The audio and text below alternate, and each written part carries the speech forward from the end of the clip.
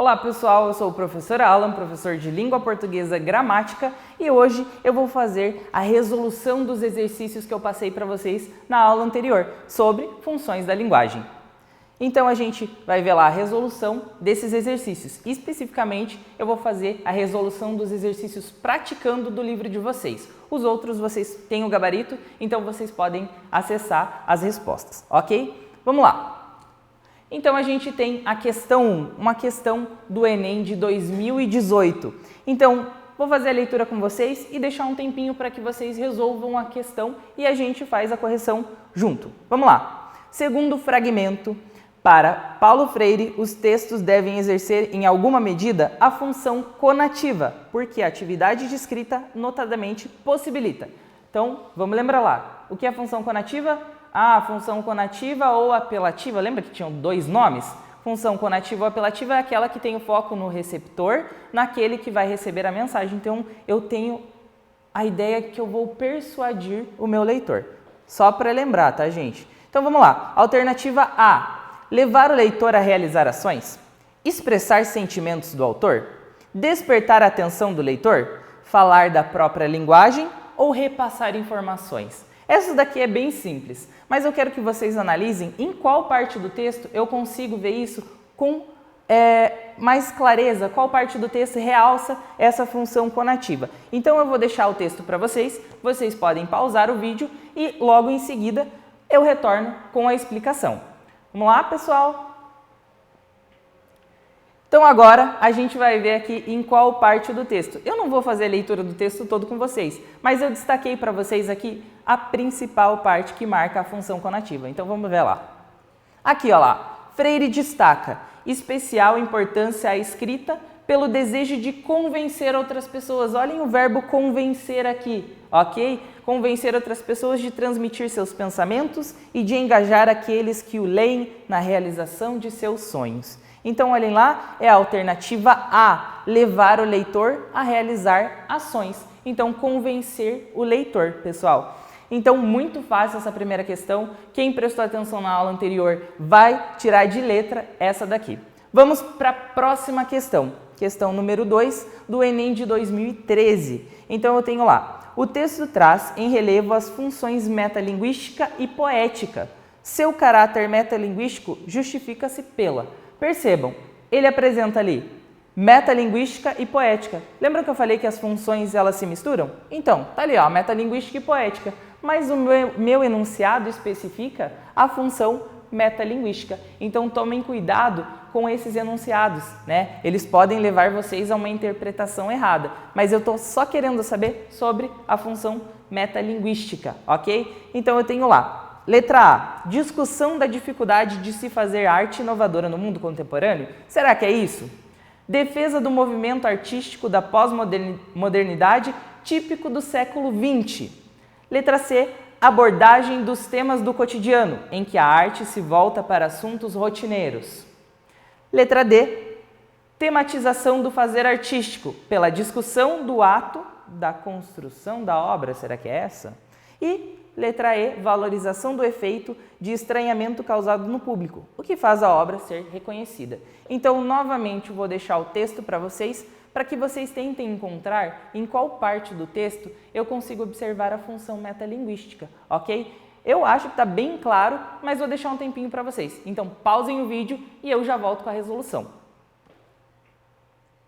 E aí, pessoal, deu certo? Conseguiram encontrar? Então, eu vou deixar para vocês aqui, bem claro, onde estão as partes do texto que marcam a função metalinguística. Então, olhem lá. Escrevo um poema. Olha só, ele está falando sobre o ato de escrever. Mas não posso escrever este poema de novo falando. Então, terei de escrever. E continua. Porque aí, lá, terei de escrever e limitar-me a escrever um poema. Então, ele está falando sobre o ato de escrever um poema. Tá? Isso marca a função metalinguística, ok? Então, a alternativa correta é a alternativa D, ok? Tematização do fazer artístico pela discussão do ato de construção da própria obra, ok, pessoal? Tranquilo, né? Foi bem fácil. Vamos para a próxima questão. Enem 2017. Então, aqui a gente tem uma campanha leia para uma criança. A cada livro, o Brasil inteiro vira a página, tá? E aí eu tenho lá o complemento. Gostar de ler é o início de uma história cheia de descobertas e aprendizados na vida da criança. E tudo começa quando você abre um livro para ela, ok? Então agora a gente vai ler o nosso enunciado para responder a essa questão. Os textos publicitários são produzidos para cumprir determinadas funções comunicativas. Os objetivos desse cartaz estão voltados para a conscientização dos brasileiros sobre a necessidade de: letra A. As crianças frequentarem a escola regularmente? Será que o texto falava sobre escola? Letra B. A formação leitora começa na infância? A alfabetização acontecer na idade certa? Letra D. A literatura ter o seu mercado consumidor ampliado? Será que tem a ver com isso? E letra E. As escolas desenvolverem campanhas a favor da leitura. O que vocês acham? Vou voltar aqui no texto para vocês.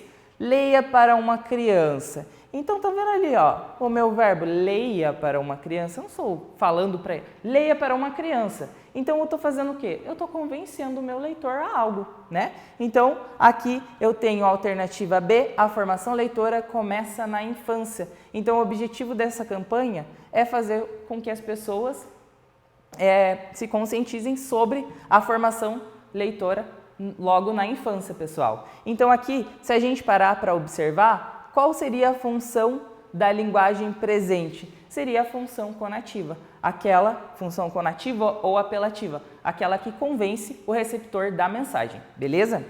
Vamos para a próxima. 4. Enem 2015. A notícia é um gênero textual em que predomina a função referencial da linguagem. No texto, essa predominância evidencia-se pelo função referencial. Vamos fazer um remember aqui. O que é a função referencial? A função referencial é aquela que tem por objetivo transmitir uma mensagem com impessoalidade, lembram lá? Então vamos dar uma olhada nas alternativas que a gente vai responder isso facilmente. Recorrência de verbos no presente para convencer o leitor? Opa, será que é convencer? Convencer é conativa, né? Não sei. Letra B. Uso da impessoalidade para assegurar a objetividade da informação. Aqui eu já não preciso mais ler as outras questões, vocês já acertaram aí, mas a gente vai dar uma olhada no texto. Será que esse texto tem alguma marca de pessoalidade? Tem alguma influência daquilo que o autor do texto pensa? Ele está dando a opinião dele, está fazendo algum juízo de valor? Vou deixar vocês analisarem o texto e aí eu volto com a resposta. Então deem um pause aí no vídeo e procurem aí se tem alguma marca de pessoalidade no texto. Encontraram alguma coisa? Eu acredito que não, porque nesse texto a gente não tem a marcação de pessoa, de pessoalidade, na verdade, desculpem. Eu tenho a marcação ali, ó, o trabalho de um grupo de biólogos. Então eu estou falando de um grupo de biólogos, eu não estou falando de mim. Resultou na descoberta, até então só havia registro, a descoberta ocorreu. Então eu estou somente dando a notícia, né, pessoal? Então, a gente sabe que no gênero notícia a gente não marca opinião. Então, vamos lá? Olha só, letra B, uso da impessoalidade para assegurar a objetividade da informação. Vamos para a próxima.